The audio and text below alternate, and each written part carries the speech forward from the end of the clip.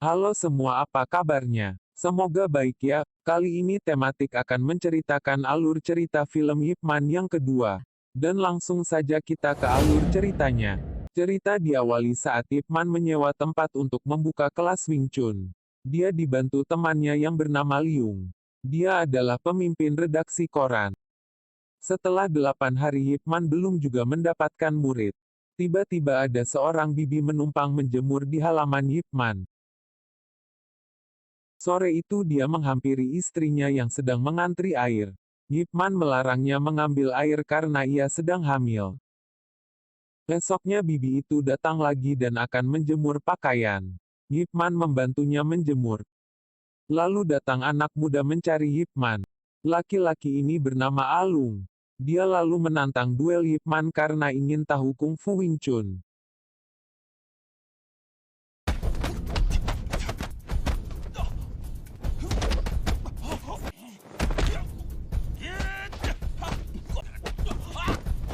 Tapi dia kalah dan langsung pergi. Saat Ip Man akan pulang, Alung datang membawa 3 temannya. Lalu mereka menantangnya, dan tentu saja mereka kalah. Alung dan 3 temannya bersujud untuk jadi murid Ip Man. Besoknya mereka berlatih. Teman Alung yang lain datang dan ikut menjadi murid Ip Man. Dan mereka serius berlatih. Saat akan membeli roti, tiba-tiba Ip Man melihat Kuan temannya. Kuan mencuri bebek packing. Lalu Ip Man membayarnya dan ia mengejar Kuan. Anak Kuan menceritakan, sejak kepalanya kena tembak tentara Jepang, ayahnya menjadi lupa ingatan. Dan tidak mau tinggal dengannya. Ip Man berjanji akan merawat Kuan. Besoknya Ip Man membawa anak Kuan untuk bekerja di redaksi koran milik Liung temannya.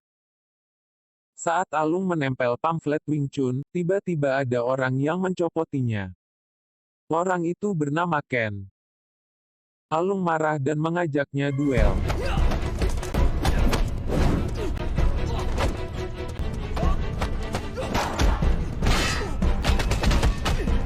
Alung mengalahkannya, tapi kemudian dia dikeroyok.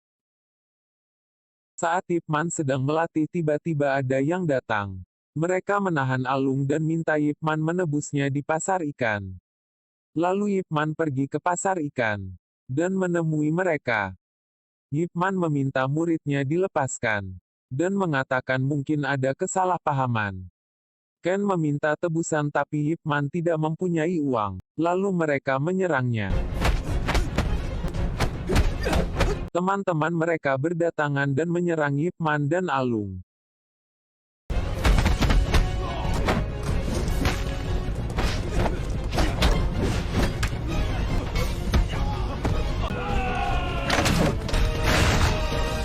Lalu Ip Man dan Alung merencanakan kabur. Karena musuh terlalu banyak.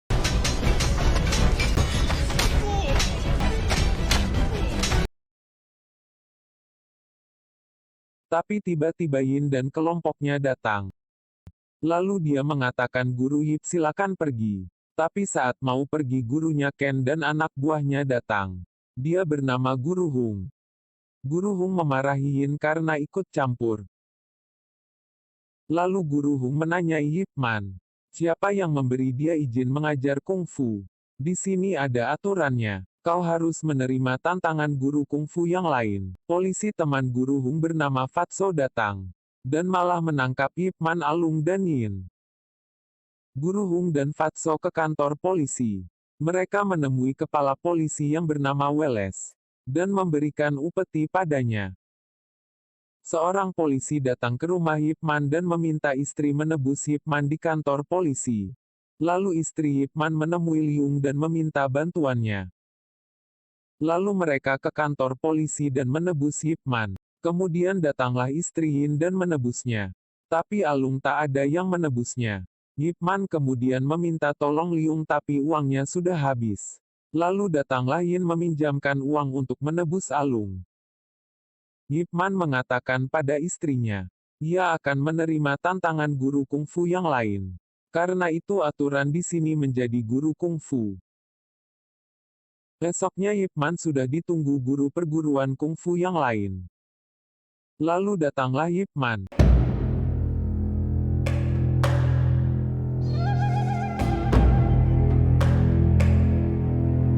Dan guru Lau maju pertama.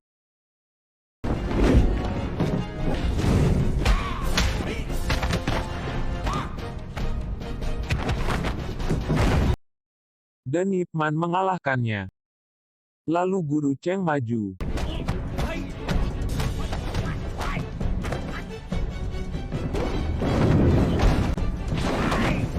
Dan dia juga kalah. Lalu guru Hung maju melawan Ip Man.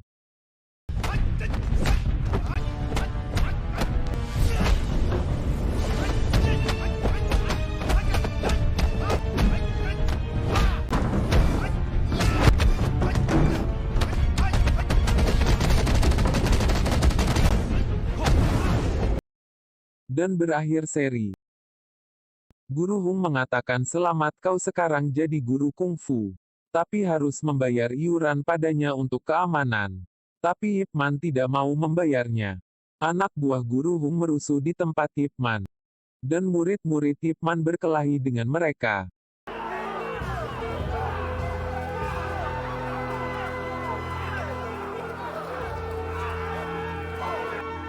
Dan akibatnya Ip Man tidak boleh menggunakan lagi tempat itu.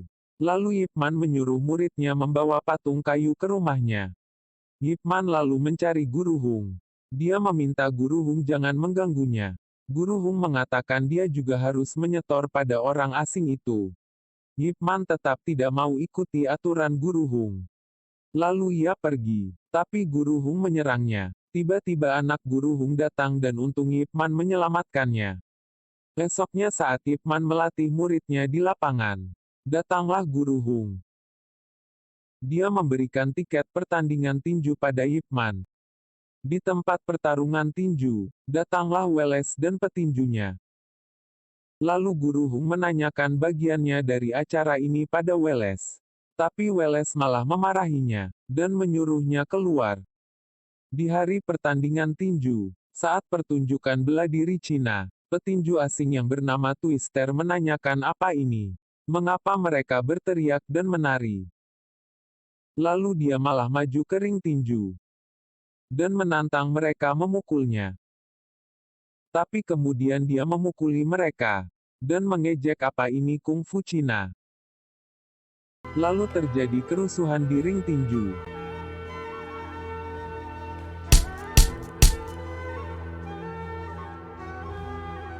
Lalu Ip Man dan Guru Hung datang melerai.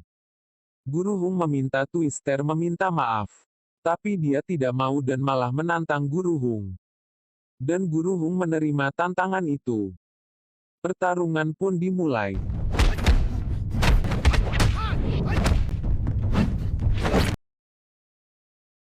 Ip Man memberi saran untuk menyerang bisepnya saja. Tapi tidak semudah itu kata Guru Hung.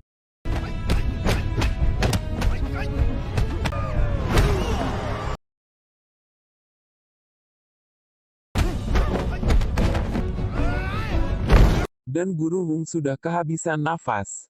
Ip Man meminta Guru Hung berhenti saja. Guru Hung berkata tak akan kubiarkan mereka menghina kungfu Cina. Dan Guru Hung tak mau menyerah.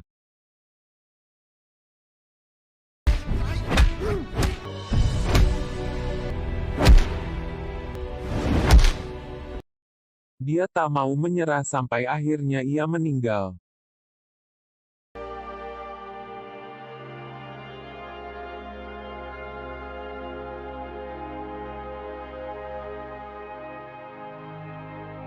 Kapten polisi marah kepada Wallace karena koran Cina memuat petinju asing melecehkan Cina.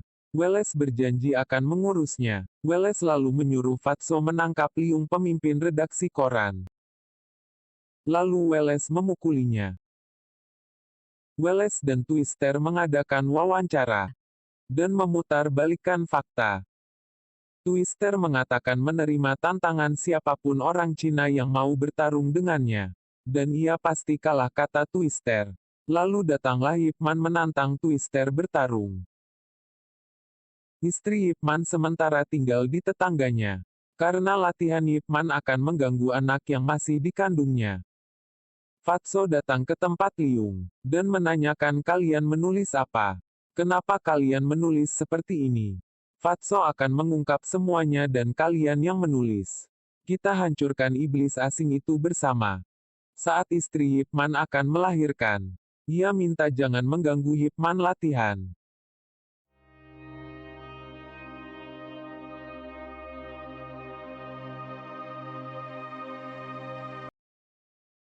Babak pertama dimulai.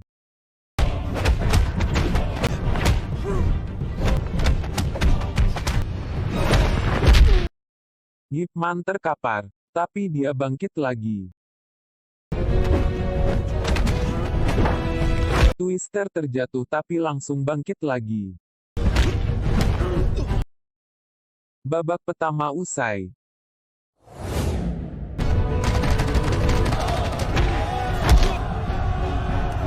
Saat babak kedua usai, juri mengatakan tidak boleh memakai kaki atau akan didiskualifikasi.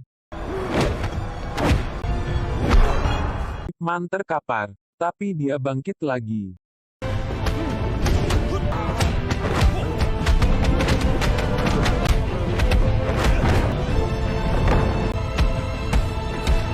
Akhirnya Ip Man mengalahkannya.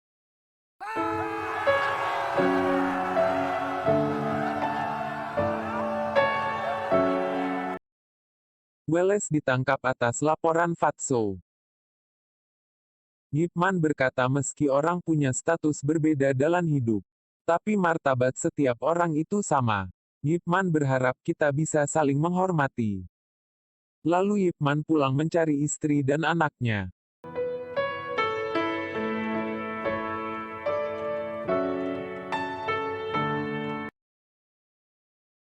Seorang anak kecil ingin menjadi murid Ip Man. Ip Man menanyai siapa namamu.